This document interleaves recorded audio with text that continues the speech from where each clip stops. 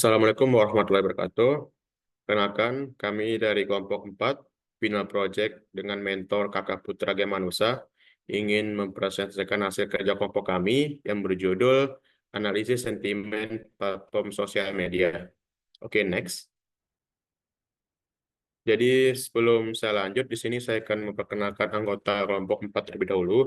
Di sini ada saya sendiri, Alwi Pratama, kemudian berikutnya ada Adi Triadi, kemudian ada Nurhalisa Rahma Putri, dan terakhir ada Stephanie Rosalin Hulu. Oke, next. Jadi ini merupakan beberapa hal yang akan kami presentasikan atau kami sampaikan ke depannya. Yang pertama ada tentang dataset, kemudian EDA atau Exploratory Data Analysis, kemudian ada Pre-Processing dan Cleaning Data, kemudian ada modeling, kemudian ada evaluasi performa model, kemudian ada interpretasi hasil dengan LLM, kemudian ada visualisasi, dan terakhir ada kesimpulan. Oke, next. Jadi untuk slide yang pertama akan disampaikan oleh rekan kami kepadanya, dipersilakan. Yang pertama itu mengenai tentang dataset. Dataset yang digunakan pada kelompok kami untuk final project ini yaitu sosial media post dalam bentuk CSV dengan memiliki jumlah 499 baris dan 7 kolom. Dataset ini mencakup berbagai informasi yaitu mengenai unggahan atau postingan di media sosial yang dikategorikan berdasarkan waktu, teks, sentimen, dan platform. Kemudian dataset ini dapat memberikan informasi yang diperlukan dengan mengklasifikasikan sentimen. Kami juga menggunakan teknik machine learning seperti klasifikasi dengan algoritma support vector classifier atau SVC. Baiklah, untuk proses tahapan dalam project, yang pertama itu ada exploratory data analysis atau EDI. EDI adalah langkah awal dalam proses yang penting untuk memahami data yang akan digunakan dalam proyek dan menjalankan perintah-perintah dasar untuk melihat isi, bentuk, dan statistik dari dataset. Langkah yang dilakukan sebelumnya yaitu memuat dataset ke dalam data frame.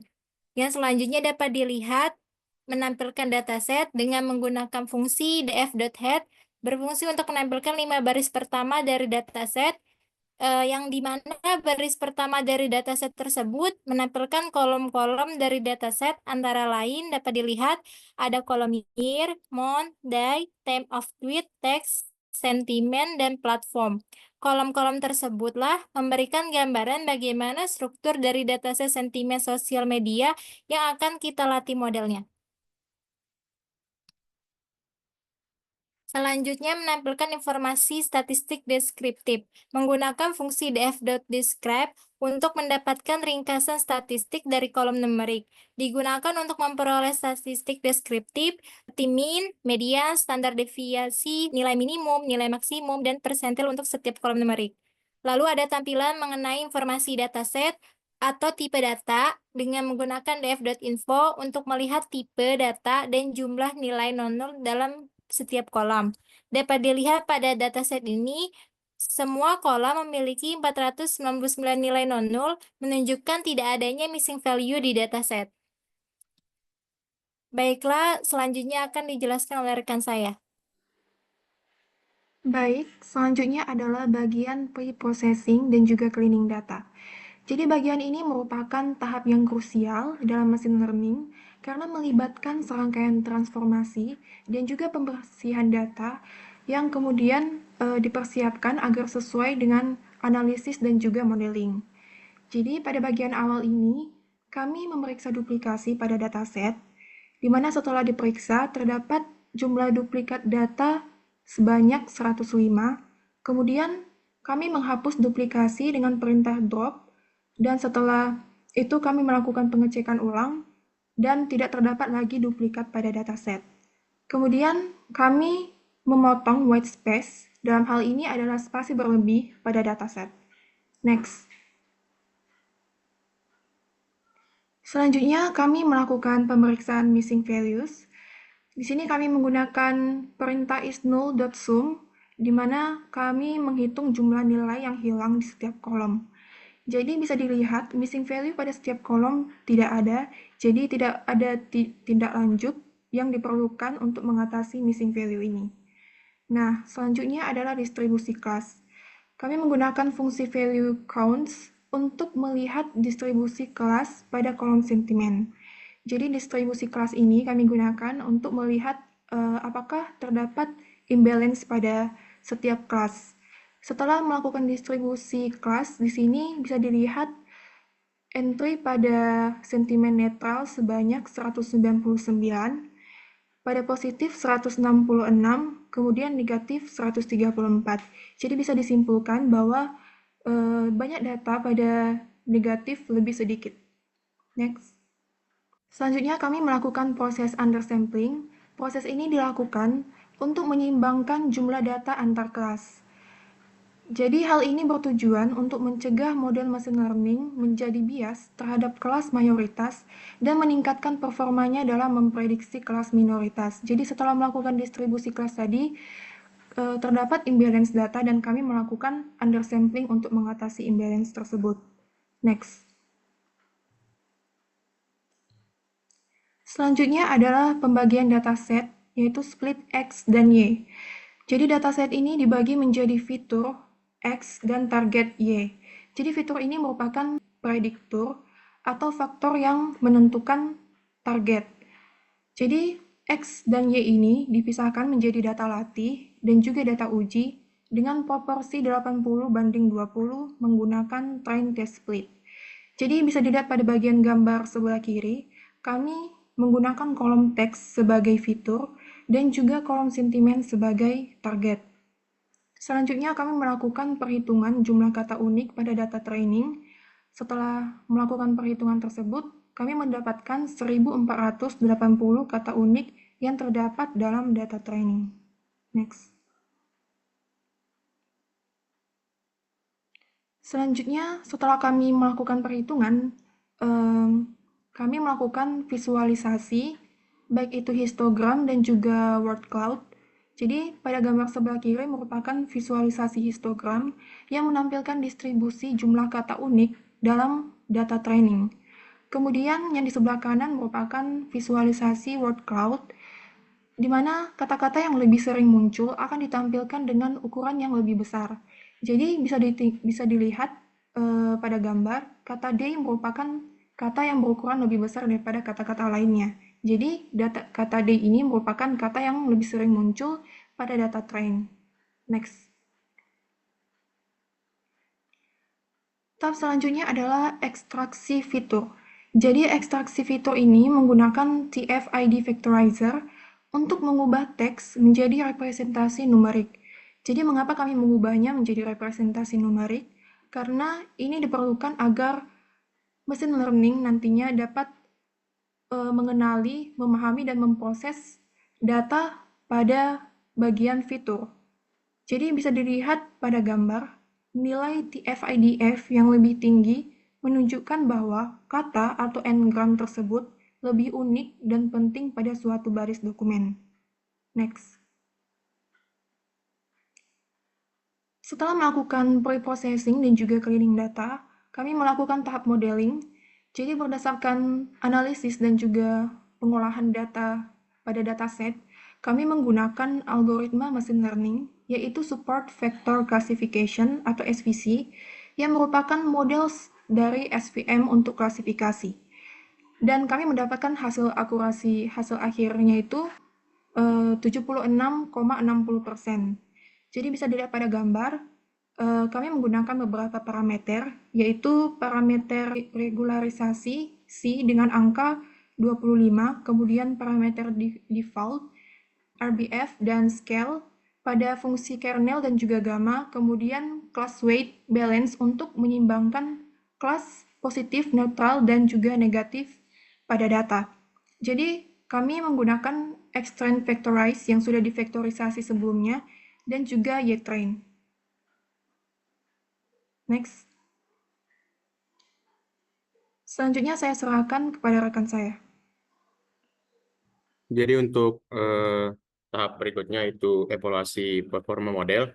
Memang di sini ditampilkan sebuah gambar yang mana di sini merupakan laporan daripada nilai akurasi, yang mana dalam proses evaluasi tersebut kami menggunakan fungsi classification report dan accuracy score yang tersedia dalam pustaka scan metrik. Jadi fungsi dari salah satunya yaitu classification report, yaitu berfungsi untuk memberikan rincian metrik evaluasi seperti presisi, recall, skor F1 untuk setiap kelas. Sedangkan fungsi yang satunya lagi, akurasi skor, yaitu fungsinya itu untuk menghitung tingkat akurasi keseluruhan dari prediksi model terhadap data uji. Jadi dari gambar ini disampaikan bahwa model memiliki tingkat akurasi sebesar 0,765595 atau setara dengan 76,60%. Yang mana kedua, metrik pada sentimen negatif terdapat precision sejumlah 64%, recall 56%, F1 score 60%. Kemudian berikutnya ada metrik daripada sentimen netral, yang mana di sini precision-nya berjumlah 73%, recall 89%, F1 score 8%. Kemudian yang terakhir ada metrik daripada sentimen positif, yang mana precision-nya 92%, recall-nya 69%, dan terakhir ada F1 score-nya 79%. Oke, next. Jadi pada tahap berikutnya kami akan menjelaskan bagian kode bertahap yang dimana yang pertama ada pengolahan APK dan inisiasi model. Jadi di sini maksudnya kami menggunakan APK untuk mengautentikasi dan mengakses model bahasa Google Gemini. Jadi di sini terdapat fungsi APK yang mana dia tuh berfungsi mempermudah konfigurasi layanan generatif dengan memilih APK berdasarkan nama layanan atau Gemini gitu. Kemudian ke tahap fungsi berikutnya yang mana di sini kami terlebih dahulu mengoreksi tata bahasa. Jadi gimana maksudnya? Jadi di sini kami terlebih dahulu memperbaiki tata bahasa dari pernyataan yang diberikan pengguna dengan memanfaatkan model generatif LLM. Jadi di sini kode ini nih secara otomatis mengonversi kalimat yang tidak sesuai tata bahasa menjadi kalimat dalam bahasa Inggris standar kayak gitu. Kemudian adapun fungsi berikutnya yang mana di sini pada gambar ini eksplorasi daftar fungsi pada model generatif AI. Jadi di sini fungsinya apa? Jadi di sini kami dapat memberikan wawasan tentang berbagai fungsi yang dapat digunakan dalam modul Google Generative AI untuk mengkonfigurasi dan berinteraksi dengan model generatif Google kayak gitu. Mungkin bisa next. Jadi pada bagian berikutnya kami membuat sebuah chatbot interaktif yang mana di sini pada kode ini per step-nya itu yang step pertama kami terlebih dahulu mengatur setup conversation memorinya. Jadi gini maksudnya mengatur daripada segi memori percakapannya kayak gitu. Jadi dari segi ini kami setting dari segi bentuk historinya dan lainnya gitu. Kemudian berikutnya pada tahap berikutnya kami men-setting daripada cara user dan chatbotnya berinteraksi dengan Gemini kayak gitu. Kemudian tahap berikutnya kami men-setting daripada gimana cara kami untuk membuat prompting dinamis berdasarkan memori. Itu mungkin bisa next. Jadi untuk setelah tahap tadi, adapun tahap function handle chat, jadi ini sini fungsi daripada dev ini fungsinya untuk menangani daripada percakapan daripada ketika si user menginput prompting, kemudian si chatbotnya bisa langsung merespon daripada prompting yang diinput si usernya gitu. Kemudian berikutnya setelah bagian itu, adapun bagian memformat respon sebagai daftar vertikal.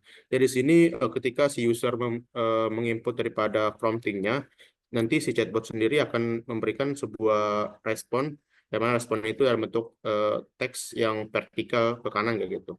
Mungkin bisa next. Jadi sebelum menampilkan daripada segi hasil LLM-nya, kami terlebih dahulu mengekstraksi jenis sentimen yang terdapat pada dataset tersebut itu. Yang pertama ada sentimen positif. Jadi kami terlebih dahulu mengelompokkan sentimen-sentimen positif daripada dataset tersebut itu. Kemudian sama halnya seperti sentimen positif, kami juga mengelompokkan daripada sentimen negatif yang terdapat pada dataset tersebut kayak gitu. Ini bisa next.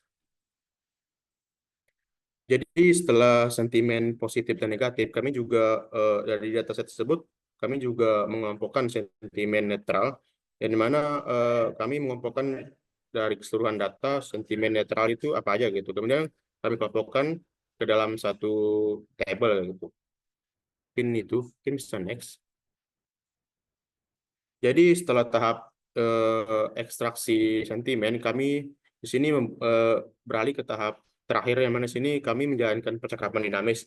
Jadi dari segi ekstraksi tersebut, di sini kami menanyakan atau membuat prompting kepada si chatbotnya sendiri, yang dimana prompting ini seperti kita bicara, dimana kami terlebih dulu sebagai user memberikan semacam perintah untuk mengetahui apakah teks yang kami masukkan ini dia beralihnya ke arah sentimen positif, negatif atau netral gitu. Mungkin bisa dilihat pada PowerPoint yang mana sini kami menanyakan apakah teks ini apakah dia masuk ke dalam sentimen positif, negatif ataupun netral gitu.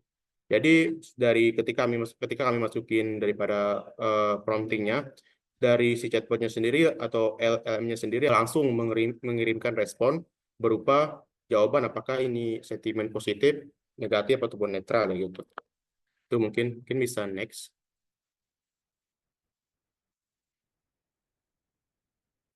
Untuk tahap berikutnya akan disampaikan oleh rekan kami, kepadanya dipersilakan. Nah, untuk visualisasinya ada beberapa gambar. Yang gambar pertama ini merupakan tampilan terminal Visual Studio Code untuk menjalankan Streamlit-nya. Ketikkan kode Streamlit run chatbot.py, diinput dan dijalankan untuk menampilkan visualisasi dengan Streamlit. Untuk gambar kedua, setelah menjalankan perintah Streamlit run chatbot.py, selanjutnya akan menampilkan tampilan awal Streamlit sebelum dataset di drag and drop. Next. Selanjutnya pada pop-up browser files, diklik untuk memasukkan file yang ingin kita proses di Streamlit-nya. Setelah itu, kita memilih atau drag and drop file yang sudah di cleaning, diproses, dan dimodeling terlebih dahulu untuk dimasukkan ke Streamlit-nya. Untuk gambar yang keempat, dataset yang di drag and drop ke Streamlit, kemudian tampilan berikutnya Streamlit akan menampilkan dataset yang berhasil diproses. Untuk gambar yang terakhir atau gambar kelima, kita memasukkan prompting ke Streamlit-nya. Prompting yang dilakukan mirip dengan yang kita lakukan di LLM yang menanyakan tentang data yang sudah diinput ke Streamlit-nya. Pada tampilan ini juga merupakan tampilan ketika kita melakukan interaksi dengan Streamlit-nya. Next. Untuk kesimpulannya ada dua sisi, yang pertama sisi teknis dan yang kedua sisi bisnis. Untuk sisi teknisnya, proyek ini menunjukkan integrasi antar model klasifikasi berbasis pembelajaran mesin atau SVC dengan kecerdasan buatan generatif atau LLM seperti Google Gemini. Penggunaan memori untuk percakapan memungkinkan model untuk memberikan respons yang lebih relevan dan kontekstual, yang sangat penting dalam pengembangan aplikasi berbasis AI interaktif. Untuk sisi bisnisnya, proyek ini memiliki potensi untuk meningkatkan pengalaman pengguna dalam aplikasi seperti customer service, asisten virtual, dan chatbot interaktif. Sistem ini dapat otomatis interaksi dengan pelanggan secara lebih efisien, mengurangi biaya operasional, dan meningkatkan kepuasan pelanggan dengan respon yang lebih cepat dan relevan. Di sisi lain, pengembangan lebih lanjut untuk model ini dapat membuka peluang untuk mengembangkan produk baru atau fitur tambahan yang lebih canggih dalam aplikasi berbasis AI. Next. Selanjutnya saya kembalikan ke moderator. Oke, mungkin itu merupakan yang terakhir presenter terakhir dari kelompok kami. Mungkin itu yang dapat kami sampaikan. Kurang lebih kami mohon maaf. Wassalamualaikum warahmatullahi wabarakatuh dan selamat siang.